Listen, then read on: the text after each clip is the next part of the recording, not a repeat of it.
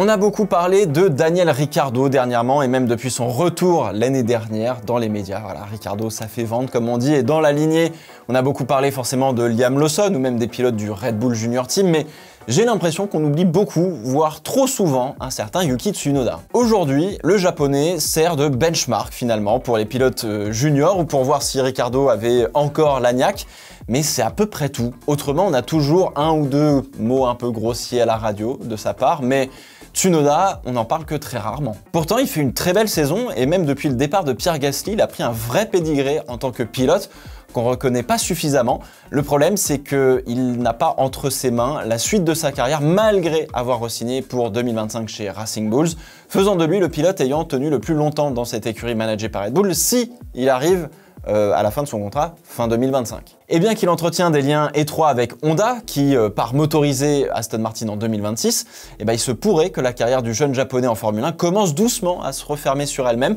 malgré le très bon pilote qu'il est. C'est une histoire de timing, le timing qui est si important en Formule 1.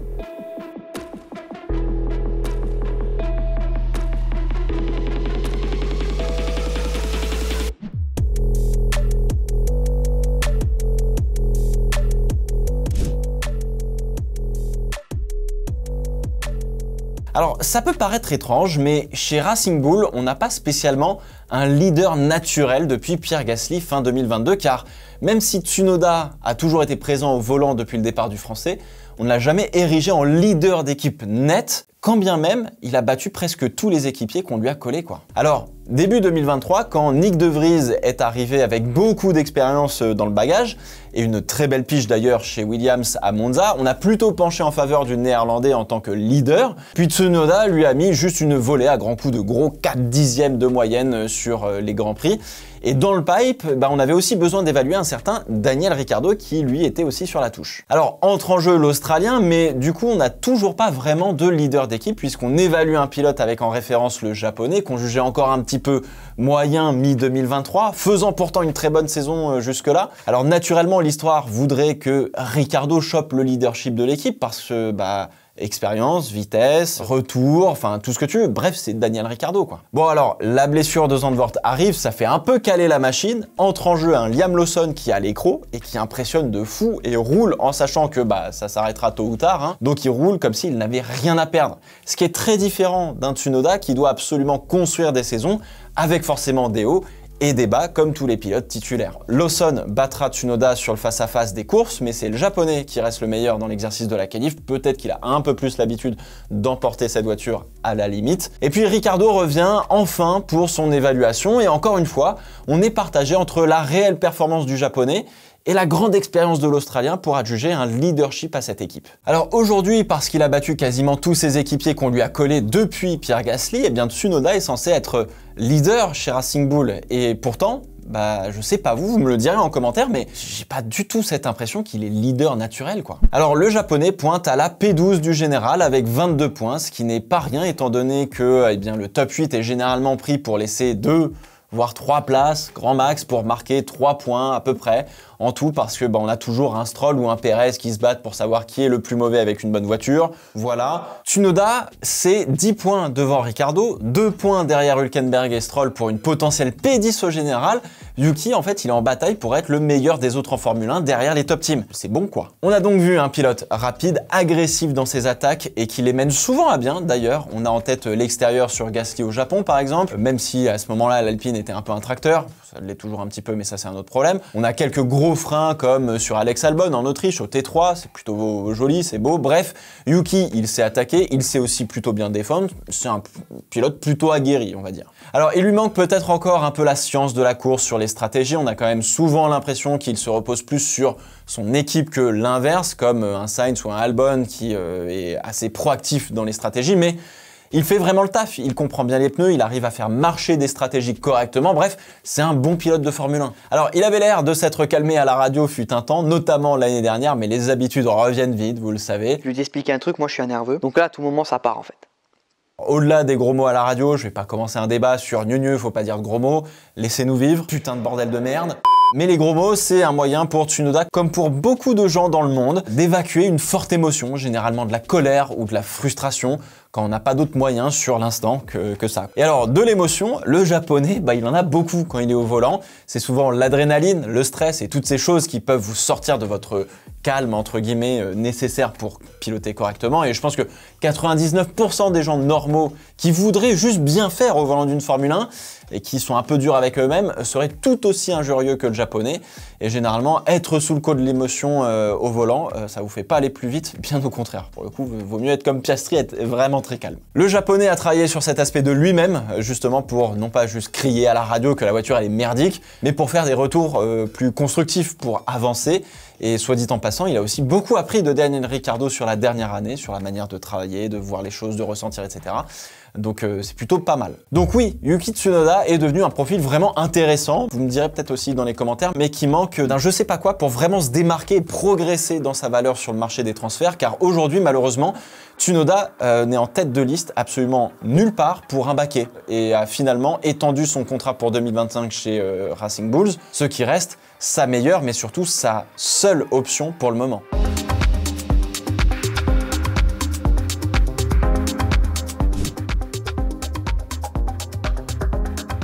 Alors s'il sera en Formule 1 en 2025, Tsunoda n'est pas du tout sûr de toujours l'être en 2026.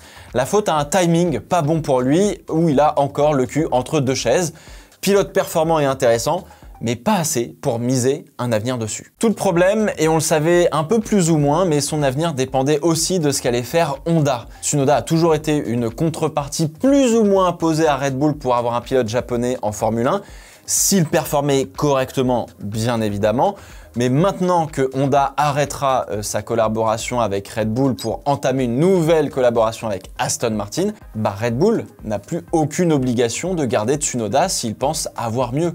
Et je dirais même qu'aujourd'hui, Tsunoda est le dernier dans la file d'attente et sert principalement de bouche-trou dans tous les scénarios de transfert possibles et imaginables. Et c'est assez terrible de se dire ça, mais c'est ce que laissent entendre les comportements et les rumeurs chez Red Bull.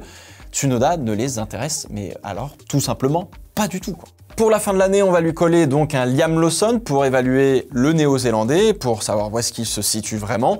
Et surtout, en fait, Red Bull a besoin d'avoir un pilote qui mette un peu la pression sur Sergio Pérez pour dire « Le baquet Red Bull à tout moment, mon Sergio Lito, on te le prend ». C'était la mission de Daniel Ricciardo qu'il n'a pas réussi à faire. Alors ça permet aussi de créer un futur numéro 2 plus performant que Pérez, malgré une expérience très précieuse du Mexicain qu'on n'a pas écouté depuis mi-2023 sur la mauvaise direction prise par le développement de la voiture. Et c'est tout le problème de la maxime, on ne change pas une équipe qui gagne.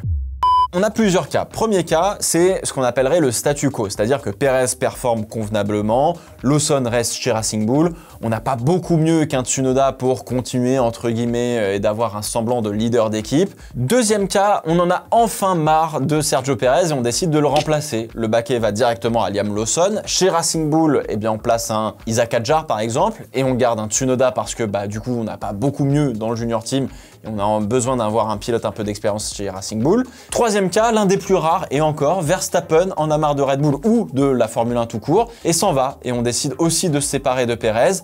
Liam Lawson monte, mais je suis même pas sûr qu'on fasse monter Tsunoda car on ira très certainement chercher un pilote de plus gros calibre à l'extérieur sur le marché. Tsunoda est donc condamné à être un bouche-trou arrangeant pour Red Bull jusqu'à ce que ils en trouvent un nouveau. Donc pour 2025, Tsunoda est plutôt safe, même si avec Helmut Marko, faut s'attendre à tout, évidemment. Et donc faut commencer à regarder en dehors de chez Red Bull puisque ce n'est pas un plan qui est viable sur le long terme pour le japonais.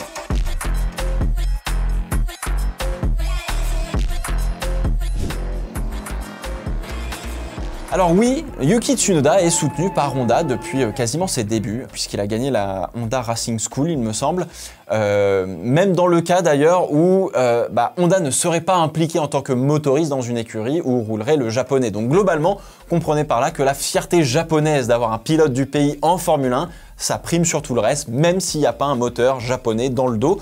Donc Tsunoda n'arrivera pas les mains vides dans une nouvelle équipe et c'est toujours ça de plus. Petit aparté d'ailleurs, on en reparlera certainement dans les mois à venir, mais on a vu un potentiel rapprochement entre Haas et Toyota un peu plus tôt cette année et on veut pouvoir aussi amener un pilote japonais en Formule 1 et on pense généralement à Ryo Hirakawa, pilote Toyota en WEC, et surtout réserviste de rechange cette année chez McLaren, puisque Alex Palou a décidé de rester en IndyCar dans une autre équipe. Bref, petite parenthèse fermée, sauf que le marché est bouché pour 2026 pour Yuki Tsunoda, les top teams sont pris, on a fait des choix sur la jeunesse un petit peu partout, associé à de l'expérience, et comme je vous l'ai dit, Tsunoda n'est ni un rookie jeune, ni un pilote encore suffisamment expérimenté par rapport à d'autres, malgré ses 5 saisons fin 2025. Bref, on l'a vu, la voie est bouchée pour Tsunoda dans le giron Red Bull, ils ne veulent pas de lui a priori, et il représente une solution de secours ou un bouche-trou.